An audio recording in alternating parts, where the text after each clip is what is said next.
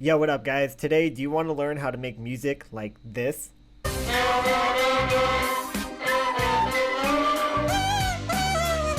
Good, because we're not going to be making anything like that shit. So let's scratch that and hop straight into it. So this is my handy dandy serum right here, and this is the bass patch that I made for you guys today.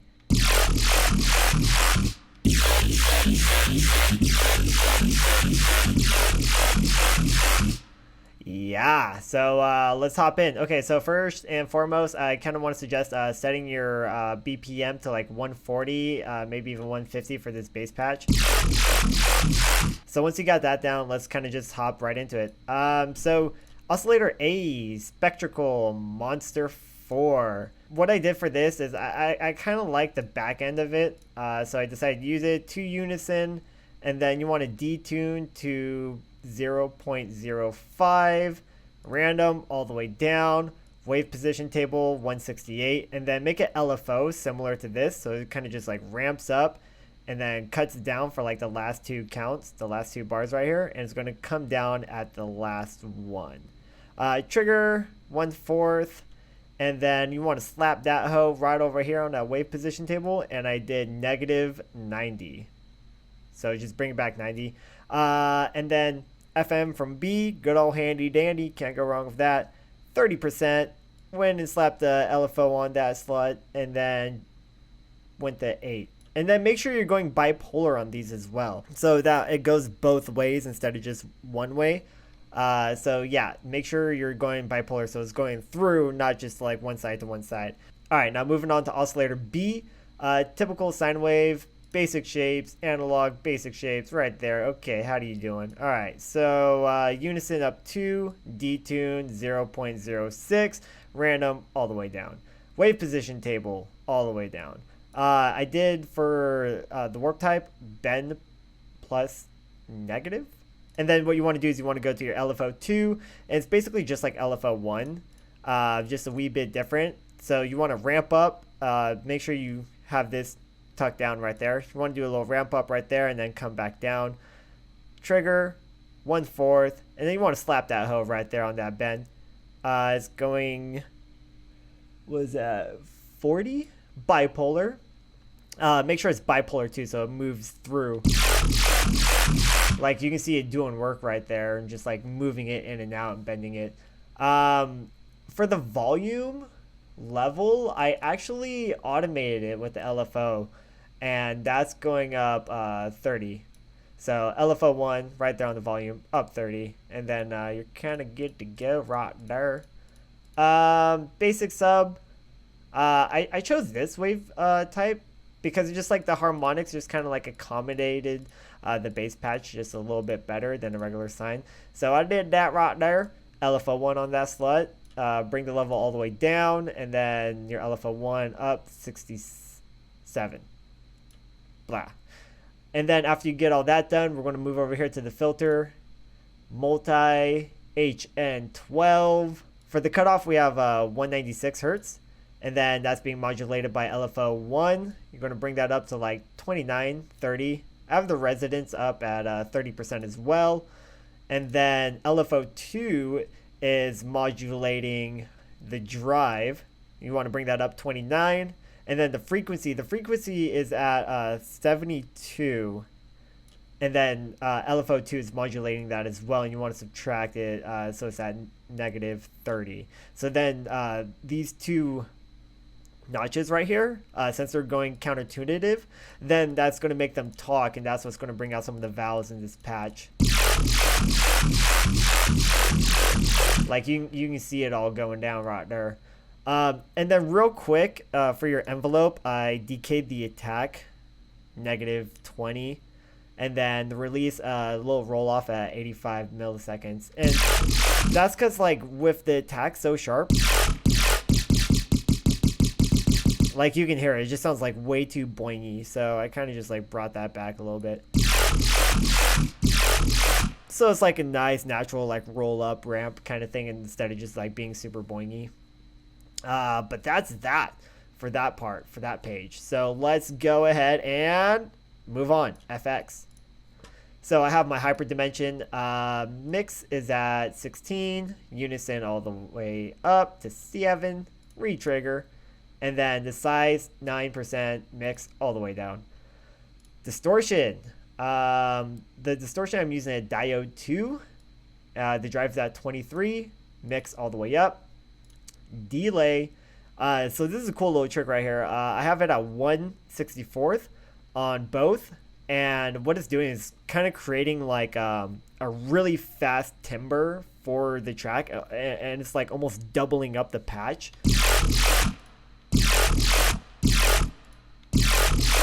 So it's moving so fast that like you can't really hear it unless you're paying attention, but it's adding like a lot of width to it. Like it's just beefing it up just a little bit. The mix for that is at 30, and then feedback 40%. I did this little notch over here, over on the higher side.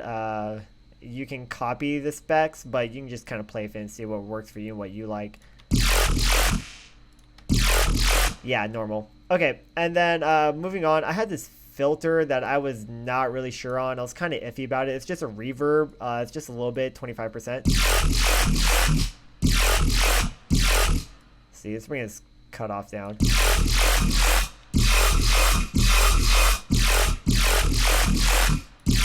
Oh no, I didn't really like it. It was debatable, so I'm just gonna leave that one off and not even go through it. Chorus. I have a chorus set to, what was that?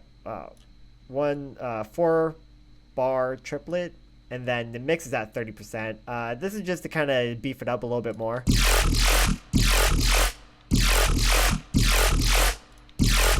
So it's up to you if you want to keep it or not. The reason I'm applying so many effects for this one is because like I'm doing less because I know I want to apply more to kind of just give it more beef. So if you're going to be applying FX, just remember to do little and a lot. Moving on. Compressor, multi-band, can't go wrong for a little bit of tay. Brought the gain up 9.2 dB, and that's pretty much it for that. I just kind of slapped it on.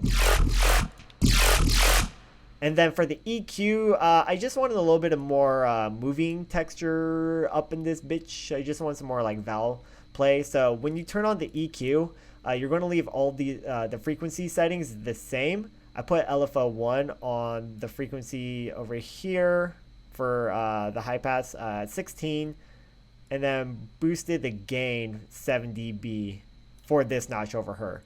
And then for the other notch on this side, LFO 1 attached to this frequency knob, brought that down -39, and then brought down the gain 14 dB. And so if you watch right here, it's just kind of giving a little bit more movement to it.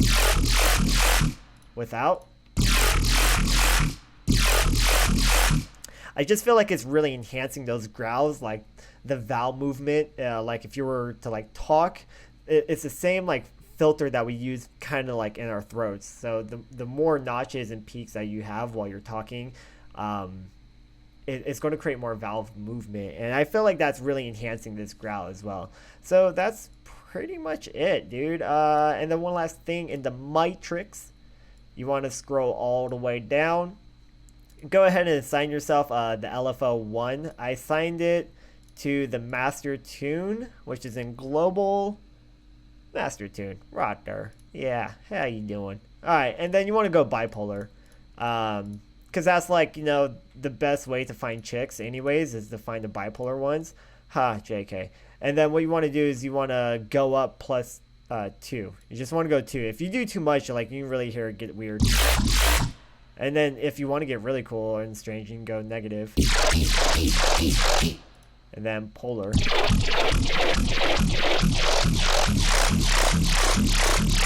That sounds kind of cool too. So yeah, so have fun. Go ahead and play with that and experiment and see what you like with it. But I felt like plus 2, it just gave it a nice little pitch bend. So like with the valves and the growl movement, it kind of just brought it up and down and just made it sound like it was talking even more. And it's cool too because it pitch bends the bass line too with it. So if you're using this with like a yoy yoy yoy yoy kind of movement and a dubstep track, then like the bass line will kind of like wobble with it. So yeah, cool little trick right there. That's pretty much it for the patch itself. Just quick and dirty. Just wanted to show it to you guys, knock it out real quick. I'm not gonna waste your time. If you guys want to get really technical though, afterwards, always apply your post process. I did something simple. I just did a little bit of saturation with Decapitator by Sound Toys, which I absolutely love, and they do have it on sale right now for $80. So shout out to them. Originally the plugin's like $200, but this is a great saturator. This trash camel filter, like whatever you want to get, or camel crush, my bad. So I'm just applying a little bit of saturation.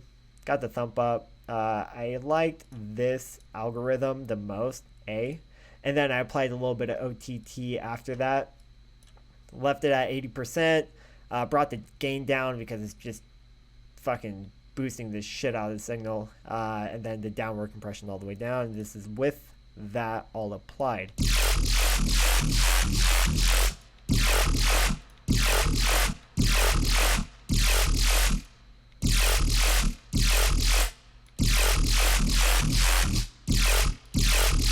So yeah, so feel free to play with your post process as well, especially the OTT. It's kind of debatable. I don't even know if I like the OTT at the end. Actually, yeah, it sounds a lot better if it has 60% mixed in.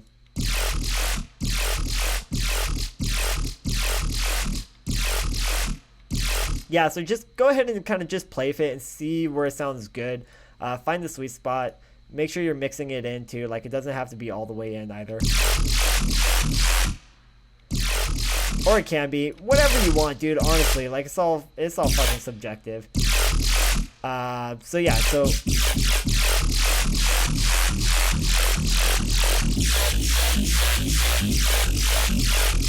yeah, it's super dirty and nasty. This would be perfect for like a downbeat, the sound for your downbeat, and then also to like go ahead and play around with your LFO rate and like slow it down, speed it up, do some automations to it, and you can get some really cool results with this patch.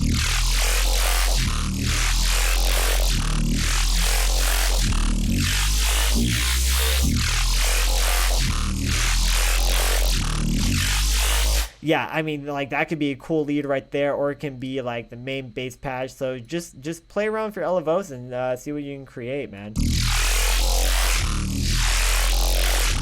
Yeah, super dirty, super wet and obnoxious. So yeah, that kind of wraps it up for this tutorial. I hope this has kind of enlightened you guys a wee bit. Let me know what else you guys want me to work on for you guys, and I'll go ahead and I'll see you on the next one. So get out there, go make some art, and go sound like Virtual Riot or something. I don't know. Fucking peace.